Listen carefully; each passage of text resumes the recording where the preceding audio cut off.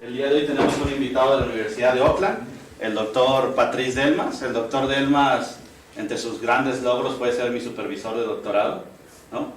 El doctor Delmas tiene bastantes publicaciones en journals, en congresos, pero creo que lo más importante del perfil del doctor Delmas para personas del ICAT es sus éxitos en cuanto a los proyectos financiados con dinero privado. No sé si decir la cantidad, pero ya si tú las quieres decir, ya tú irás diciendo cuántos millones de dólares tienes por proyecto. Y yo creo que eso es algo que tenemos que empezar a cambiar aquí en México en cuanto a aproximarnos mucho a la industria. Entonces, la plática del doctor Delmas será su experiencia en uno de sus proyectos de colaboración científica, también con algo de inversión privada.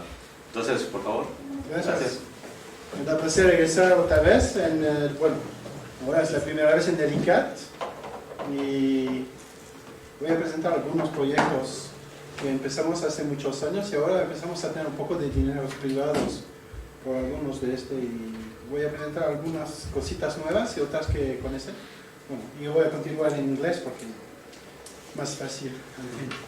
Okay, so what you see here is one of the most isolated part of New Zealand. It's called the Marlborough Sounds. It's in the South Island. It's basically used to be connected to the land. These are islands. They used to be heavily used for farming. So they remove all the trees. They fished a lot, so they destroyed the natural habitat. What they did about 20 years ago, they closed the whole area for farming. They are regrowing the natural forest or bush, as they call it in New Zealand. And they're hoping that the sea will return back to its natural state.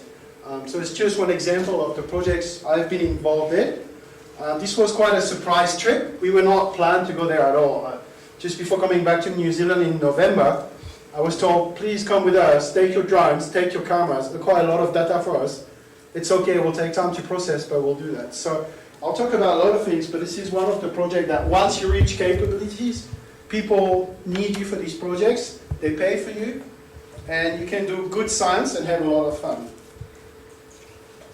Now, there's something that's been bothering me for quite a few years. Happens every time. Each time a company launches a new product, and it's supposed to change the world, do better than the human visual system, or systems, capabilities. People tell me, oh, your job is over, you finished, computer vision is dead.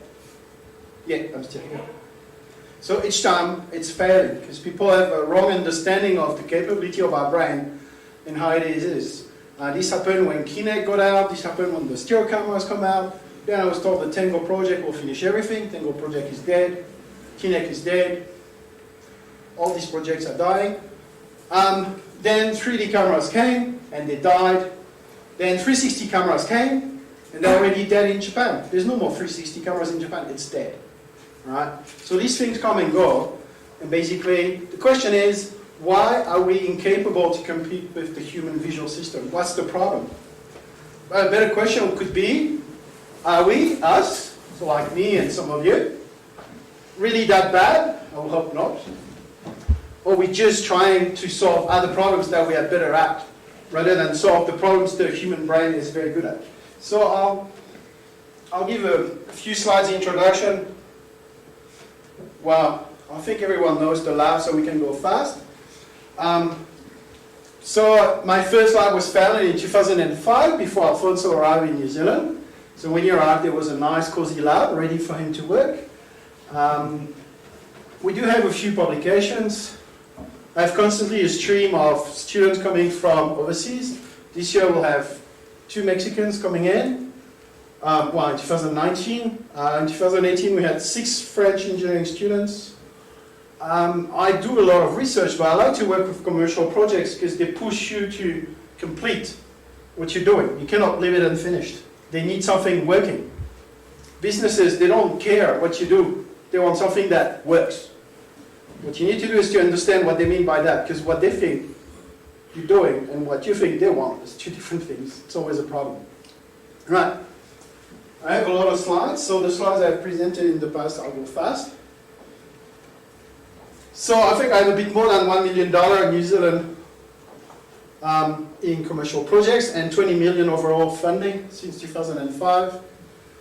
these two projects are finishing. This is the project that is paying for some of the interaction with Mexico, France, and Japan. It's basically trying to build a center that will provide services to other academics and businesses. These are two new projects, so it's financed by the New Zealand government. So I'm associated to that project. It's trying to find ways to equip the people taking care of fruits and vines harvesting with smart devices. This one is extremely challenging. I'm not sure whether it will go anywhere. The US Navy is paying us to fuse stereo vision and sonar for underwater mapping. We've added a few new collaborations. Last year with our trip to Morelia, thanks to Alfonso with INA, we're doing a bit of archaeological mapping. And a few other candidates, universities in New Zealand, working on this project. So everything is fine, the money is here. We can get whatever we want in equipment, now we have to do a good work. The projects we are focusing in, they look like we're not doing research. It's like dairy farming, pasture management, fish stocks management, marine estuary and marine ecology surveying, 3D mapping of objects, outdoor 3D mapping. You could say, well, there's no research there. Actually, there's a lot, but it's hidden behind. All the good theory we have is hidden behind these applied projects. In Mexico, we've been working with Jorge since 2003, with Blanca Prado since 2006, with Alfonso since I met him, and started this new one in archaeological site mapping with INA last year, which I'm very happy with. It's been a long dream of me to associate what I like, which is at work, which is the work I do, but also what I love, which is history and Mexican culture. This works perfectly for me. Okay. Oh, they don't show on these slides. Okay. Sorry. I think there's a color issue here. Let's go back. Right. Oh, it usually works. Right, so where do... now we see nothing. Computer vision is here. Yeah. Robot vision is here. Machine vision is here. Sensing is here. You have two ways to do sensing. You can look at sensing, do some image processing, which is basically you receive images you don't really know about and you try to change them, or you try to understand the images, and basically, yeah, it's bizarre because I gave that slide when I was working, so it's the projector. That's okay. We can go quickly. Image processing, input image, output image, computer vision images or video, but video is still a set of images. Then you get information, what's inside, how much, how often. Machine learning doesn't really care about images, looks at information features, and you want to extract an information, but also sometimes some decision. Although decision often is associated with robot vision, where the data you receive must lead to physical action. Machine vision is pretty restricted in terms of images and information. So what do I do every day? Well, a bit of everything. Because, it's easy to say, oh, these are different. People spend their life fighting each other, saying, oh, we don't do the same things, you bad, we good. But in the end, everything is connected, and you need a bit of everything to make everything work. Your brain doesn't have an image processing box, a computer vision box, a machine learning box. It's all interconnected. This is what makes humans so efficient. Well, I'm sure you know most of these projects. One of the first robots equipped with the stereo camera on Mars, at least the first one which landed safely somewhere else. This is machine vision, where you have a selection of different garbage bits and pieces to go to different parts. That's the big challenge from before with the equipped cars and different cameras output. I think there's a focus issue as well. Anyway, so different projects, different bits, dealing with different type of data. Let's hope it gets better. Right, now, there's been a lot of evolution of computer vision techniques. And what I'm going to say is very controversial. But this was the science from the 70s, 80s, which was just using a unique threshold to change an image. In the 1990s, we started to introduce templates. In 2000s, we had benchmark database images. We created our own stereo database, which is still valid today. And nowadays, you have a lot of unsupervised learning, trying to prototype techniques based on whatever you might call your networks or weaker. Today, you can see all that in different parts of the world. What I call the first world is here, second world is here, third world is here. Now the question might be, where is Mexico? Well, Mexico is here. The UNAM is here at least. Okay. So I still see papers submitted where people just do that. Because the knowledge is very limited. And you can see some papers where people are still stuck here. All right? But today, you start your process here, you include a bit of everything to integrate. The human brain is doing a bit of everything. The human brain takes early decisions, uses models that you have learned through your youth, model of objects, model of your environment, and use your experience and your training to make a decision. All right? Now, why are things changing quickly at the moment? Well, there's different factors. People say, oh, GPUs or GPUs. Not only. I think for me the most important part is, of course, the processing power is great. But you can do great things with little power. For me, using multiple GPUs for simple problems is being lazy. You take a technique which is badly implemented, take the fastest GPU, that's going to work. Or you could do it efficiently on the phone. No, phones are not that bad.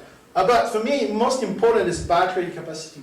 I've developed a lot of new technologies, capabilities, rovers, drones, cameras that last longer.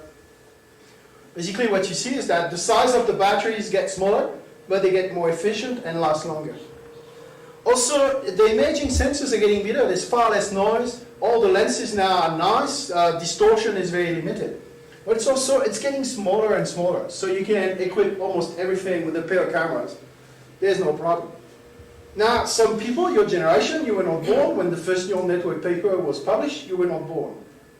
When I did my PhD in the late 1990s, students doing neural networks were called the special ones. I mean, it's the people who couldn't do any science. They would spend their days just waiting for their neural networks to complete, returning nothing interesting. So that was in the 1990s. It died because at the time, there was no architecture to really push neural network progress. But nowadays, with the GPUs and some of the progress on neural networks, which I'm not discussing, I think they're becoming interesting tools. They are not the new solution, but they're interesting. Now, something else that has changed, and which was an issue at my time, you are trying to solve a problem, you will find a database online. You'll have tons of images, you don't need to spend money trying to acquire the data. In my case, and it's only, 15 years ago, you had to acquire all the data. It would take you a year of your work to just get the data, then you will start solving a problem. So all this makes computer vision nowadays very easy. To start, at least, to finish, no.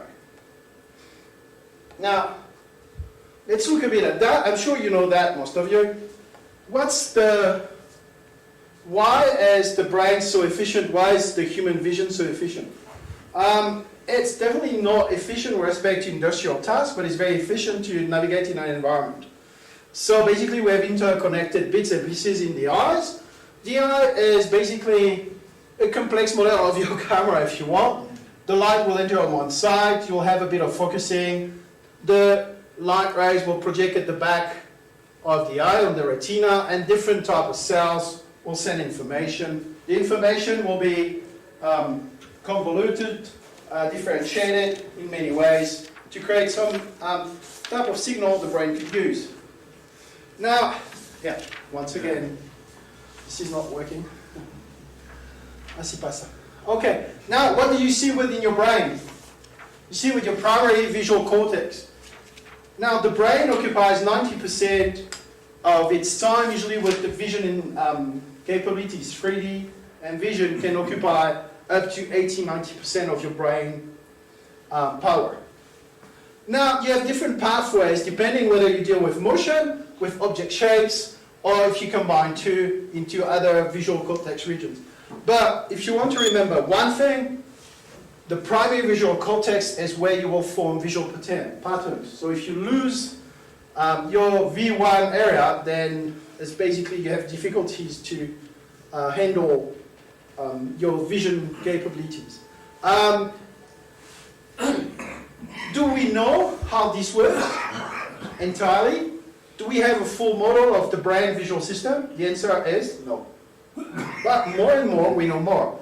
Now, I know that as far as now, there's a word, where the full pathways of neurons has been completely mapped. Geez, they have a full model of that, and I have seen recently that I think the mouse is getting there, so I have the full pathways for the mouse. Okay, but these are very simplistic models, where the visual cortex is very limited. Right? But what we can do today, we can see the pathways of the human brain using CT scan imaging. That's the lowest we can do. We can look at activating some regions. So what do they do? Sadly, you cannot use humans as test subjects because it's pretty painful. If you need to use an animal close to humans, monkeys are the closest in terms of their visual cortex is very developed. They'll inject a dye somewhere and they'll just see how the dye is progressing. The dye is likely fluorescence will appear in your images and you'll be able to check pathways. This is not necessarily very well detailed, but you have pathways. So I exchanged with a colleague in Japan on that in their projects. What is sure is that you cannot image the dynamic pathways of your brain, which is you cannot look at what your brain is doing dynamically. Basically, for brain mapping, as of today, it's like when there was no video cameras. It's only still images. All right? So it's pretty limited. But it's getting there, so it's complex. And remember, it occupies most of the superficie of your brain. In the end, here it's very limited, but the visual regions will extend around, but it's only 4 millimeters thick. So next time you try to do boxing or something, think about your brain, because there's only 4 millimeters of that serves a purpose. Okay? All right, is it working here? Yeah. Can you see the illusion here? Is it moving? Right, can you see the shapes here? Yeah. Yes. Can you see the points flickering on the other side? Yeah. If you take a camera, nothing like that will happen. First thing, there will be no movement in the camera. Second thing, there will be no flickering there, but, so that's the effect where, because of the proximity of the changes, if there's massive changes of intensity between very close signals in your retina, they tend to switch off, so there's a bit of attenuation happening. This is an amazing part of what the brain is doing. Try to do that with the computer vision image processing algorithms. You'll never get the shapes. It's extremely difficult. The brain infers from very partial, very limited information, complex shapes. And this, as of now, AI cannot do. Right? Unless you develop a full AI just to do that. Now, of course, we don't fully understand what's happening, but we have some ideas. There's a low-pass filter. We have limited number of sensors. There's very limited color resolution. We'll talk about that. We can only see 30 shades of gray. So the book about 50 shades of gray. Not sure what the guy was on, but definitely not a computer vision person wrote that. Your motion sensitivity is stronger in peripheral vision, and it's much stronger than texture sensitivity. And this comes from evolution. Do you understand why? Is it better to see color nicer or to survive? Survive. Survive is movement. If motion appears, run away. Alright? But have you seen when birds look at you? They don't look at you straight. They look at you on the side. To try to have the peripheral vision looking really at what you do. Cows, horses, all the grazing animals, they have the eyes here. Because they are like that. They want to have their peripheral vision to work even when they eat. Right? So that's natural evolution as well. Something we do have, because we are better at motion and texture, we're not very good with camouflage. Because we don't see much texture difference. So if you hide in the nicely, you can be invisible. Now, something interesting which has been evolving. from after we were just monkeys is built-in facial recognition. So we'll do a bit of a test. So you see stronger, you are better at facial recognition than actually see depth. All right? Some computer vision experts have started to model the human vision system, but it's quite limited and the outputs were never good enough. Biologically inspired models don't produce anything. Now, this one is famous, the hollow face illusion. If you look at a 3D model, in that direction or in that direction, your brain still sees a face. But actually, it's a hollow face, yet you see no difference. Sadly, it shows better on the computer. All right, let's make a test. Now, the face features are encoded in the human visual systems, but the order of placement is important, and we'll just make a small game. It could be a TV game, but there's nothing to win, maybe another empanada. Okay, so why did we become very good at recognizing people? In a world, because humans are weak compared to big animals, the only way humans could survive was through social interaction, the strength of the group against individual animals. So being able to recognize people and to read their emotions is basically part of our evolution to survive in an hostile environment, which was the Earth, before we destroyed it. Okay? Now, who's that? Can you see with the eyes? Alfonso should not answer that. Yeah, I know. Okay, maybe it's not enough. Right, who's that? All right. Someone knows? No, it's all reversed. It's not easy. Try to focus. All right, let's try better. All right, so you recognize the guy. If you do, don't say anything. Just say when you recognize it. Anyone? No? Okay, what about this one? Then, can you recognize the guy? Who can? Yeah, okay. But obviously if it's like that, it's much better, right? So this is the problem we have as humans. If you produce a reverse one, or if you change the order of the features, it doesn't work anymore. So we're strongly encoding how the features are distributed, all right? There were some experiments made, is actually if you take half the face and mirror it on the other side, you'll recognize the person, but you'll feel a bit of a problem. And it means the human brain is also very good at finding asymmetry in faces, right?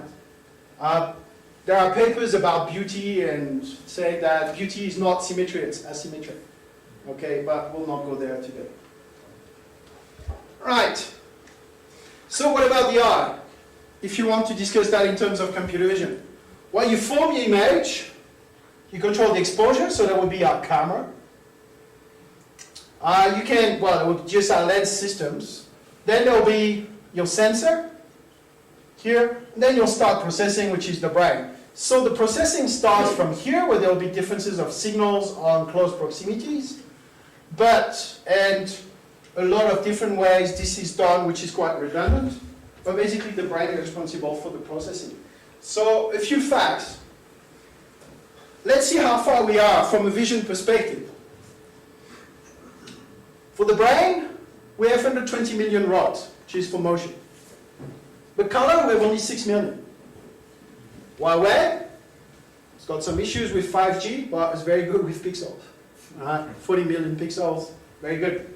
So we're beating the human visual capabilities in there. The arrangement for a phone is rectangular. I remember when I was doing studies, they were experimenting with some hardware with hexagonal distribution because it's got an equal distance to all the pixels. But this was too complex to implement. For the eyes, hexagonal distance, the same distance between all receptors, it's very good. What can we do here? Well, we can do like 60 frames per second and 1920 by 1080 or more now. The brain likes 24, 25 images per second. At 60 frames per second, you see flickering, which is why these lights, when they start changing frequencies, because they get older, you can sense the flickering. You gotta get close to your 60 hertz vision capabilities. Now, is there any processing powers in cameras? Well, there might be embedded chips.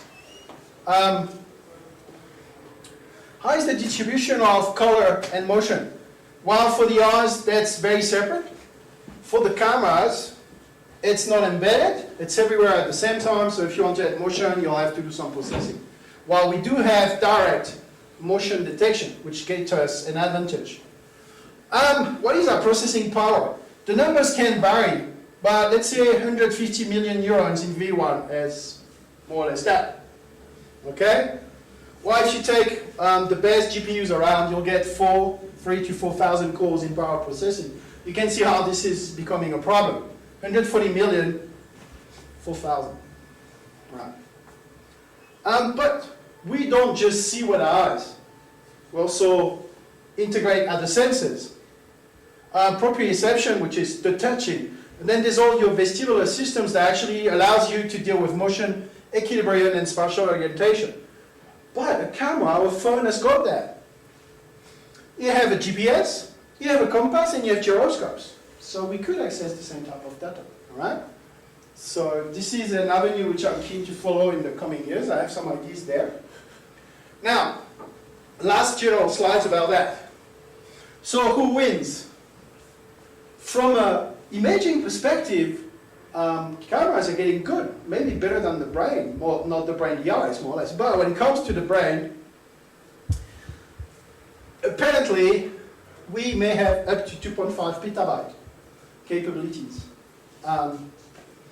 in terms of our memory storage. Whether we can access all of it, we don't know. If you take, so for fast access, you take a computer with 4 GPUs, you'll get 80 gigabytes max. Speed of signal will be on your particle speed. It could be definitely faster than 150 meters per second. The difference is here, it's massively interconnected network. So the interconnection is what makes the difference. And how is this working? If you look at simple animals and complex animals, the more complex the visual system, the more up and downs, valleys, and regions that reconnect in the brain. The complexity comes from reconnection in very far away, supposedly areas in simple animals. Now, what I like, if you want to run your 4 GPUs, you need 1 kilowatt. Your brain needs 20 watt. All right? So efficiency is not there yet. Okay? So the brain is efficient. The current robot vision or artificial vision is very power hungry, a bit short in memory. The largest system I know at the moment for the brain mapping project, they have a server with 2 petabyte capability data. It's extremely complex to access. So our brain, if we can remember, it's pretty fast. The recall is perfect in, we'll say, artificial system. In the brain, it's variable, depends on your age and your current state, whether you have been taking substances that may alter your capability to recall anything. The brain network is adaptable. There used to be this theory that the brain does not create new connections when you get older, that this is stopped. You can create new connections, it's likely it takes more time, but the brain plasticity is the real thing. You know, you can reconnect part of the body, the neurons will grow and eventually reconnect in most cases. Or the brain can reactivate some connections. Basically, the brain does this. The less frequently you access some regions, the more difficult they are to access. It takes a bit of time. That's why sometimes it takes time for you to remember some things. You need to reactivate circuits that haven't been used for a long while. Now, what is the brain good with? Context and fuzzy concepts. My brain tells me I'm in a room with humans. If I need to count in a fraction of a second, I can. If I need to see how tall you are, which color of everything you wear, I can. This is too complex. Okay, but I know there's a room, I know there's chairs, I know there'll be desks, and more or less there's 4 walls. If you try to do that with an artificial system, it doesn't work so well. But what an artificial system is good at is repeating the same tasks, precise measurement, but it's very bad at context and concept. Now that's what makes me laugh a bit, because the neural networks are trying to do what the brain is doing. Well, you see some limitations. And the interconnectivity on the GPUs is not there yet. So anyone telling you they beat human capabilities in solving a task, it might be true, it's just one task. It's like Deep Blue or building someone at chess, but can it walk? Can it do other things? No. Okay? So artificial vision, very good at quantitative. human brain, very good at qualitative. So I don't claim to be there. I just solve problems that are applied. I can use low-cost hardware and clever science to make a difference in today's environment.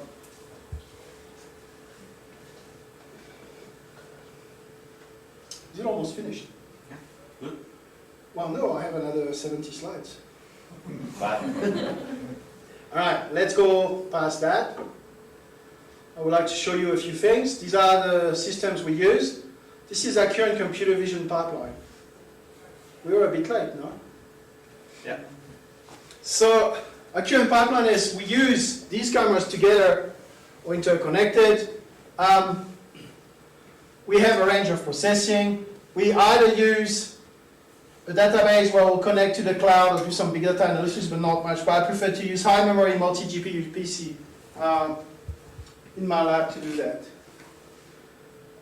This is the fad. Everyone wants to do that. The problem is here. What connection do you have? All right. In New Zealand, in the Marlborough Sounds, connection is 0. So good luck. Well, we're in the ICAT, we don't have network problems, right? Yeah. We have At very good ICAT, you can do cloud big data. Yeah. Okay. All right. So this I showed last year. This is a new camera we use, which is called the Red Edge. It's got 5 different sensing capabilities. So it's the beginning of what we call hyperband imaging. And then we don't see a thing, so there's no point. We can see 5 different bands, 1 in near infrared, 2 red, and 2 others. Now, I think I'll skip the pasture management and I'll show you some of the latest results we got, and maybe some of the archaeology. Okay. Now, this is what we do with drones. What I like, and I've done that since I was a kid. When I was a kid, Dad would buy some equipment, and I would just destroy them because I tried to make them better, but it didn't work. Today, I'm a bit better. We take a drone, DJI Inspire, and we fit some new cameras. Remove the gimbal, put the Red Edge, put a GoPro. If I could put another pair of cameras, I would. It flies nicely. There's no problem there. Right, we'll pass that because we have no time. Maybe next time. So that's a nice project to develop commercial mobile application for farmers to automatically detect how good the grass is for grazing. This can help them make up to $2 billion extra money in New Zealand. So everyone is interested. Right. This is some work we have been doing for 3 years now and has been continuing. These are the Marlborough Sounds from the water edge. We started with marine science 3 years ago. They were not too sure what we could do. Nowadays they call us anytime they need data because they have seen what we can do for them. Their way to do image processing computer vision is very simple. They watch videos, they have a book. Each time they see something, they write. It takes them hours. That's what they do. There's no tool there. Right. What is the problem in New Zealand? Not many people, limited financial capabilities, but we still need to manage the estuaries and the marine reserves. Okay, see how they're doing, are they getting better, are they getting worse? So if you can have drones or other systems that can pick up cameras and to go above water, underwater, and do all the surveying, then it's really helpful. So when you're in the Marlborough Sounds, you need a nice boat to go to the places. We tried to image that island, but we had some issues with the drone. We modified the drone. We made it floatable by using some, more or less. But it worked eventually, so we didn't crash. Now imagine the drone plus the camera is about $20,000. If it sinks, that's $20,000 lost. I cannot get many replacements. All right. Hello. Now, at the beginning, we were just doing some imaging. We were going to work here a bit. And in the end, now we have a full-on project scaling up the ecosystem functioning. So what's the meaning of that? And I have to say, 2 PhD students, one from marine science and one from computer science are involved. Alfonso has been helping from overseas and when he's in New Zealand for this type of project as well. Now, what do we want to do? Well, we cannot fly the whole estuary like that and find everything. We need to understand very small animals'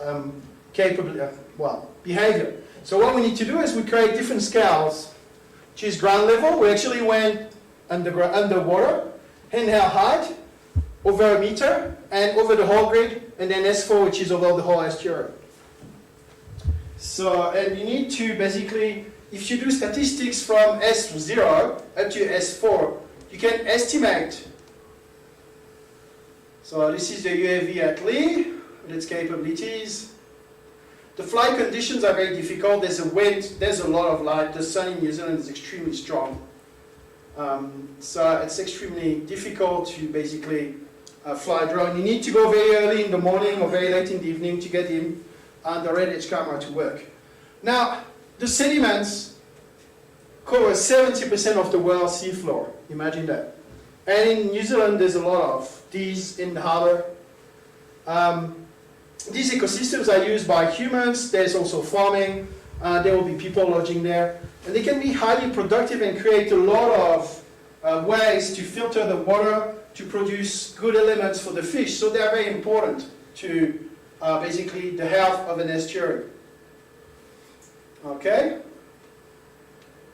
Now there's many ways the estuaries provide for people through fishes and basically seafood. In New Zealand it's a great part of the diet, I think in some part of Mexico as well.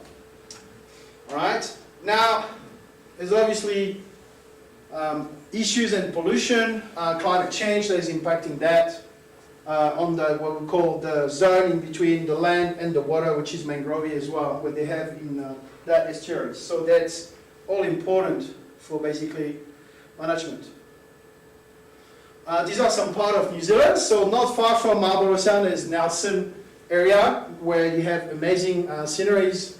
You would like to keep that like it is. And ways to do that is to basically go often, do a lot of counting, mapping, estimate how it's changed, monitoring there's no pollution problems, or you go underwater and basically you assess what's happening underwater. So over 3 days of mapping there were 20 people and they spend half of their time away underwater. Tons of animals have different ways to help. We're interested with the worms. They basically pick up sediments, transform them, and release much better compounds for the life. Urson can help, and they're all interacting and they're all important. We were witness to one pollution event. It was basically a massive storm. There were some hills with no trees. Orange mud went into the estuary, covering the estuary by that much mud. The professor said, if it doesn't go in the next tide or two, in a couple of days, all the animals will be dead. There's no more oxygen. It's easy to kill that. Why? Because of deforestation. That's it. And then it takes a long while to recover. That's the Whangateo Harbour. That's where we usually work. There's a lot of farming here. Here there's a lot of rich people. They don't like pollution. Okay? But pollution comes from the streams, the farming, and basically the effluents from the different cities around. Estuaries like that, there's several in New Zealand. Some of the largest estuaries in the southern hemisphere are in New Zealand. So monitoring that is very important. What we were looking at is some worms and see how many of them. They're very important for the marine ecology. And there are also some bivalve shells that leave these traces. So we need to be able to find this and that. These are that high. It's very small. Right. Now there's ways to do that, but the most common way is to basically just fly the drone when we can, not too high, and basically do transect with repeated pathways across time, where the drone will just help you to image everything. So I go there a couple of times a year. The PhD student is there more often than that. This is the data we can get. Now, you can see the different features we want to get. The image processing can be quite simple. You would think so. Say, okay, I'll look at the texture to see the difference in the depth map. Basically, the worms are higher than the rest of the plane, so I should be able to have them. If the plane, it's not really plane, it's curved, we can do detrending. Here we can do a simple threshold. Here we come back to the 70s. But for the texture, it doesn't work so easily. We had to use some neural networks to do a bit of training and process all the data. We have hundreds of thousands of images now. We can't really do things manually. Well, typical neural networks, I'm not here for that. But basically, the one thing I'm interested in is our new development. With the red edge camera, we thought maybe we can do something. So this is the green, this is the red, this is near infrared. Well, the red, and this is the near infrared. So they're all aligned spectral images. If you do a spectral difference, you can see suddenly a lot of white points appearing that corresponds to the mounts here. So this is simplistic, but it shows that maybe there is something there. Now, we did experiments before. We used the camera close to a wormhole, and we saw there was a difference in temperature. The worm is working inside. There's oxygen flowing out that is warmer, so it shows a difference in temperature. So this is where it helps. Right. Once again, it doesn't work. There's supposed to be a map of the Marlborough Sound and where we were. So Upper Sapphire Marine Reserve for the last 20 years. They asked us to come with them to assess the population of ursines and kelp. These two are together. If there's too many ursines, it means the fish are not eating them. So there's not well populated. If there's too many of them, they kill the kelp. The kelp helps for the regeneration and the habitat. So a balanced environment will have balanced populations. And there was a combined team of marine scientists, about 20 people from various universities. We were invited to go there to provide underwater and overwater 3D data. Extremely difficult condition, extremely isolated, limited internet. We provided some cameras to add on their underwater systems. This is our lab there. We used the living room table to calibrate the drone cameras. So we have to do with what you can when you're out of the lab. This was a very precarious landing position on the rocks. The tide was going up. In the end, we couldn't even land there because the tide went up. So conditions are difficult. This is the kelp in red. This is the water. This is the rocks. It looks a bit bare. You can see a 3D map here through a transect. So basically what they would do, they will take the bird to the rock and they will say jump. We'll jump. And they will say pass the drone, pass the other things. We come back in an hour. Go. So it's tense. You have to be ready and prepared. So you don't do that the first time you go on the field. So you need to have experience, but it's very exciting as a, well, the student didn't call that exciting, they called that stressful. For me, that was exciting. Okay. Let's move on quickly to something more local, and then we finished. Thanks to Alfonso efforts and my gentle pressure to have contacts with archaeological people, we managed to connect with the right people in Michoacan and to have access to sites and basically fly drones over. Now, two reasons I like that is first, the food is good in Michoacan and it's very nice, but also it's amazing views, and I really want the Mexicans to be able to have the best tools to preserve and pass on the next generation their amazing culture, which starts with the monuments. Okay? But what Jose Luis Ponsodia has told us is that there was many sites that have never been explored. They don't know what's there. Okay? If you have a drone doing that, you don't need to send someone. This is difficult. It costs money every day. So can we do that? Can we help? Okay? Now, Tsinchunsai. Now that's a funny one. It's likely the only site I never visited in that area. I went there once and I was closed and never had a chance to go back. So lucky me. We went there flying a drone. I think you know what it is. These are explanations for foreigners who know nothing about Mexican culture. So what we want is to go cheap and fast. We don't want to use commercial software. We want to be able to explore above here. There's a lot of buildings they don't know much about. We want them to use our solution without knowing much of computer vision. All right? The goal is not necessarily commercial here. It's to make sure that they can have tools to do their job. So the video, so that's the drone going over. So we're going over and around the pyramids to reconstruct a 3D model. Maybe it takes a bit of time to go to the next one. It's probably more interesting. Great efforts at reconstruction of the pyramids. That's lower resolution because we wanted to have the results faster. This went to New Zealand and back overnight. Can play it again, likely. So we have more data, we just got caught in other activities in between. And I think we're going back today? Yeah. In Moria to try more things for a few days. Alfonso went beyond and just the 3D models, providing different maps and trying to see the changes in curvature across time. If there's rain and erosion, these lines will change. If you can register the models, which you should be able to, you will see where the changes appear. You can monitor that through time. It's automatic with the drone that can follow the same path again and again. So you could provide them tools that say, hold on, that pyramid is not doing well. Stop letting people do something stupid with it. Push them out. Okay. Can I say if the Americans anyway don't let them in? No? Can we say that? Yes. Okay. Or what I call provide the Trump tax, which is anytime an American now comes to America, we should have a special tax extra, 50%, to pay for the wall, right? Okay, let's go back to science. Come on. I have the right to have a joke. No, I mean the projector is just... Yeah, the projector is, that's the projector.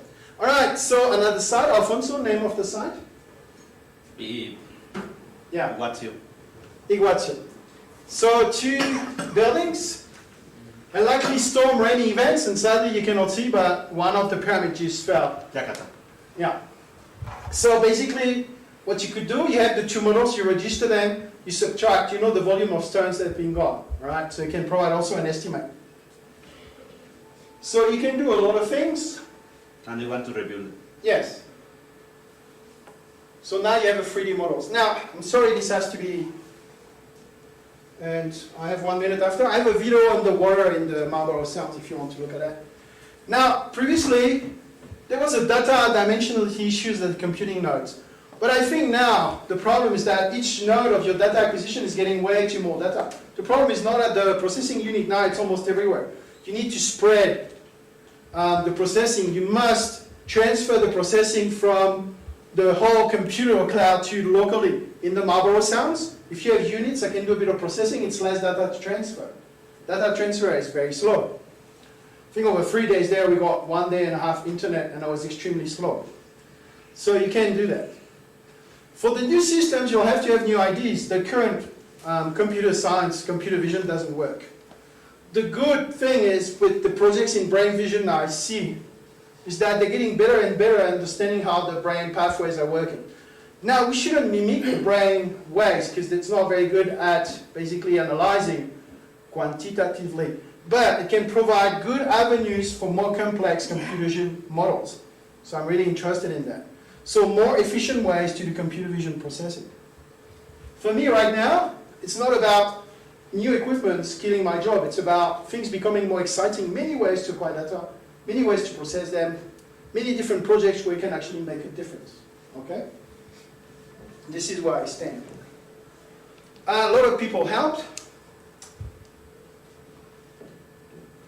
And this is the end. Thank you. Just put a small video which doesn't show too much. It says flying the drone. It dropped us on another beach. So that's a day where there was not too much wind, but you can see already it's... So it's basically the altitude at which we fly is now random. Before going to the field, we computed the resolution we wanted. We look at the stereo cameras. We look at the geometry of the cameras. We computed the delta Z on the ground for that distance. I don't give equations, but they're there. Okay? This was where we were staying. Basically, Marlborough Sounds, reforesting, and extremely nice. The water looks good, but it's very cold. I think I'm finished if you have questions, and I'll play an underwater video while we talk. Okay, thank you, Patrice. Okay. Thanks for disculpa por el proyector. Creo que Jorge tenía razón, debimos de haber ido. No pensé que estuviera tan mal. Lo bueno es de que en la grabación imagino que se verá el original, y si no, bueno, veremos que Patrice nos puede pasar alguna de las imágenes. So this one is, these people are diving, they go 20 minutes underwater, and they image the floor, the seabed. What we did is we provided them with 3D cameras that they use on their stick, and they basically have a full 30 minutes video of the seafloor. And what they want us to do is to recognize what's there and to give them a 3D map, because this they don't have. Now you see the quality of the images? So that's going to be extremely challenging, right? But this is what happens when you go underwater. So this is our next challenge. Okay. ¿Alguna pregunta?